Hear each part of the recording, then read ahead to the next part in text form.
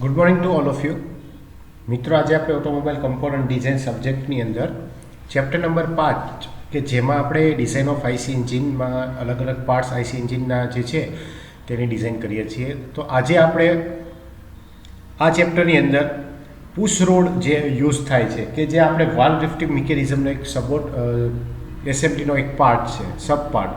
તો તેની ડિઝાઇન કેવી રીતે કરવામાં આવે છે તો તેના વિશે આજે આપણે જોઈશું. તો સૌથી પહેલાં આપણે અહીં ફિગર જે છે તે જોઈ લઈએ. તો એસેમ્બલી જે છે તે આ પ્રમાણે છે પુશ રોડની. તો તેમાં પી જે છે તે પુશ રોડ ઉપર જે ફોર્સ લાગે છે તે દર્શાવેલું છે. ડીપી જે છે તે પોર્ટની ઉપર નીચેના ભાગેથી જે પ્રેશર લાગે છે તે દર્શાવેલું છે. સ્મોલ એલ જે છે તે પુશ રોડની ટોટલ લેન્થ છે. ડીઆઈપી જે છે તે inside diameter of push rod છે અને ડીઓપી જે છે તે આઉટસાઇડ ડાયામીટર છે. તો હવે આપણે ડિઝાઇન કઈ રીતે છે જોઈએ. તો તેની અંદર સૌથી પહેલાં એક એઝમ્પશન છે કે જે push rod is long or tube subjected to an axial compressive force. It is as design as a column subjected to buckling. Push rod જે છે તે એક લાંબો ટ્યુબ ટાઈપનો એક પાર્ટ્સ છે કે જેના ઉપર કોમ્પ્રેસિવ ફોર્સ લાગે છે. તો આવા કિસ્સામાં પુશ રોડની ડિઝાઇન કરતી વખતે તેને એક કોલમ તરીકે લેવામાં આવે છે અને તેના ઉપર બકલિંગ લોડ લાગે છે. Let DOP is equal to outside diameter of push rod. DOP જે છે તે પુશ રોડનો બહારનો ડાયામીટર દર્શાવે છે. DIP is equal to inner diameter of push rod. IP જે છે તે પુશ રોડનો અંદરનો ડાયામીટર દર્શાવે છે. L is equal to length of push rod. Small L જે છે અહીં સ્પેસને કારણે કેપિટલ એલ આવેલું છે એટલે કે એલ જે છે તે પુશ રોડની લંબાઈ દર્શાવે છે. I is equal to moment of inertia of the hollow circular section of the push rod. I છે એ મોમેન્ટ ઓફ ઇનર્શિયા છે કે જે hollow circular section push rod છે તેના માટે લાગુ પડે છે. એ is equal to cross section area of push rod. A છે એ પુશ રોડનો ક્રોસ સેક્શન એરિયા છે કે રેડિયસ ઓફ ગાયરેશન છે અને ઈ જે છે તે મોડ્યુલસ ઓફ ઇલાસ્ટી દર્શાવે છે. આગળ હવે ડિઝાઇનની અંદર જોઈએ તો ડિઝાઇનમાં સૌથી પહેલાં હજી આપણી પાસે અમુક પેરામીટર છે. તો તેમાં જોઈ લઈએ તો FOS is equal to factor of safety કે જનરલી જેની વેલ્યુ આપણે 3 to 4 લેવામાં આવે છે. એ is equal to Rankine constant અને રેન્કાઇનના સૂત્ર પ્રમાણે અહીં લેવા જઈએ તો એક કોલમ માટે શોર્ટ કોલમ અને લોંગ કોલમ એમ અલગ અલગ એના સૂત્ર આવે છે. તો તે પ્રમાણે અહીં કોલમ માટેનું સૂત્ર છે એ is equal to sigma C upon pi square into E. W B is equal to buckling load or critical load on push rod. એટલે કે પુશ રોડ ઉપર જે લોડ લાગે છે તેને બકલિંગ લોડ અથવા તો બકલિંગ લોડ તરીકે અહીં લેવામાં આવ્યો છે કે જેને ડબલ્યુબી વડે આઈડેન્ટિફાઈ કરવામાં આવ્યું છે. પી is equal two load acting on push road. Push road ઉપર જે લોડ લાગે છે તેને પી વડે દર્શાવવામાં આવ્યો છે અને સ્લેન્ડરનેસ રેશિયો જે છે તેને એલ અપોન કે વડે દર્શાવવામાં આવેલો છે કે જે લેન્થ અને તેની રેડિયસ ઓફ ગાયરેશનના રેશિયા તરીકે પણ ઓળખાય છે. તો સૌથી પહેલાં આપણે અહીં ડિઝાઇનની અંદર રેન્કાઇન ફોર્મ્યુલાનો ઉપયોગ કરવાનો છે. તો according to Rankine formula for the buckling load on push road WB is equal to A into sigma C divided by 1 plus A into L upon KXX no square. આ સૂત્ર આપણે ઓલરેડી અગાઉ connecting રોડની ડિઝાઇનની અંદર પણ જોઈ ગયા હતા. તો સેમ સૂત્ર જે છે તે અહીં લાગુ પડે છે. તો WB is equal to A into sigma C divided by 1 plus A into KXX square કે જ્યાં એ જે છે એ એરિયા છે, સિગ્મા સી એનું ટેન્સાઇલ જે પુશ રોડ મટીરિયલમાંથી પુશ રોડ બનાવ્યો છે તેની અલ્ટિમેટ સ્ટ્રેન્થ છે. KXX જે છે તે radius of gyration. A is equal to constant.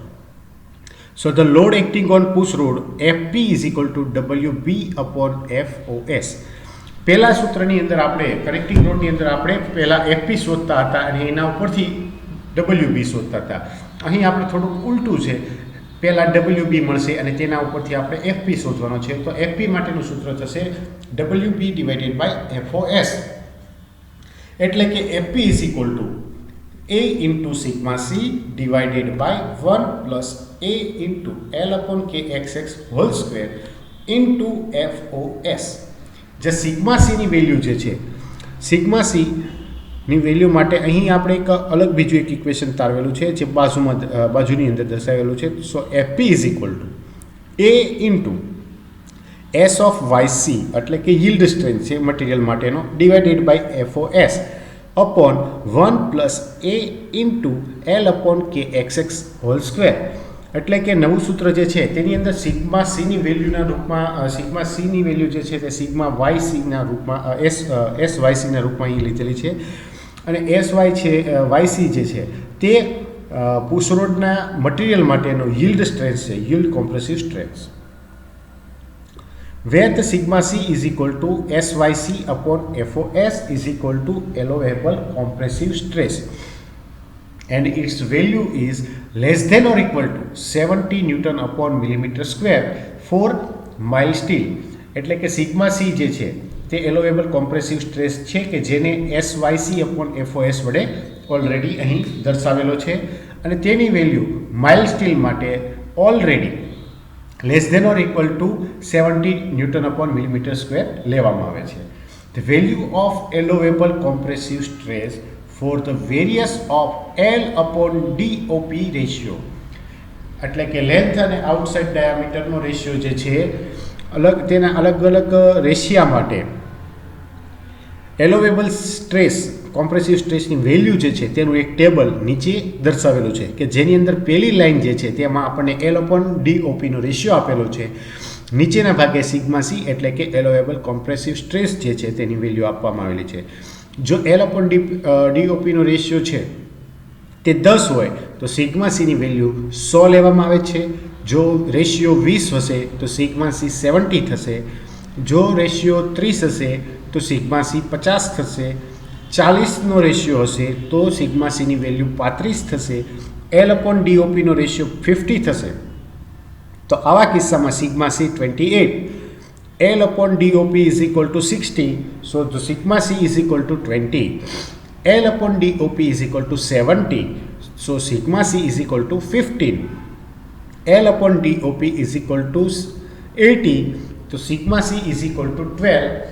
L upon DOP is equal to 90, so the sigma C is equal to 7.5, and last L upon DOP is equal to 100, so the sigma C is 7.5.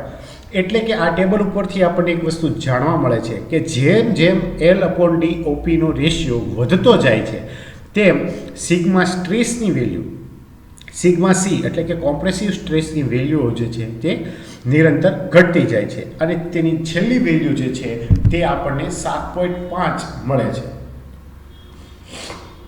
Next હવે આપણે આગળ જોઈશું radius of gyration. Radius of gyration of the section. અહીં આપણે poly tube વાપરેલી છે તો તેના માટે આપણે રેડિયસ ઓફ ગાયરેશન જે છે તે ફાઇન્ડ આઉટ કરવાનું રહેશે. તો KXX divided is equal to IXX divided by A. આ સૂત્ર જે છે તે રેડિયસ ઓફ ગાયરેશન માટે આપણે ઉપયોગ કરીએ છીએ. તો હોલો સર્ક્યુલર સેક્શન માટેનું સૂત્ર IXX નું જે છે તે આ પ્રમાણે છે π/64 in bracket DOP⁴ minus DIP⁴. અને એરિયાવાળું સૂત્ર જે છે તે હોલો સેક્શન માટે આ પ્રમાણે છે π/4 ઇન્ટુ DOP⁻², DIP⁻². હવે આ બંને સૂત્ર જે છે તેનું સોલ્વ કરવામાં આવે તો આપણને KXX ની વેલ્યુ જે છે તે આ પ્રમાણે મળે છે KXX is equal two √1/16 in bracket DOP⁻² plus DIP⁻². એટલે કે 1/4 √DOP² plus DIP². The ratio of DIP to DOP for the push rod is taken 0.6 to 0.8. એટલે કે રેડિયસ ઓફ ગાયરેશનનું આપણી પાસે ફાઇનલી સૂત્ર જે છે તે KXX બરાબર 1/4 ઇન્ટુ √DOP² પ્લસ DIP² વડે સોલ્વ કરી શકીએ છીએ. અને પુશ રોડ માટે DIP/DOP નો જે રેશિયો છે તે જનરલી 0.6 થી 0.8 ની વચ્ચે લેવામાં આવે છે. તો આ એક સિમ્પલ ડિઝાઇન હતી પુશ રોડ માટેની કે જે આપણે અહીં જોઈ. નેક્સ્ટ લેક્ચરની અંદર આપણે હવે બાકીની ડિઝાઇન જે છે તે જોઈશું.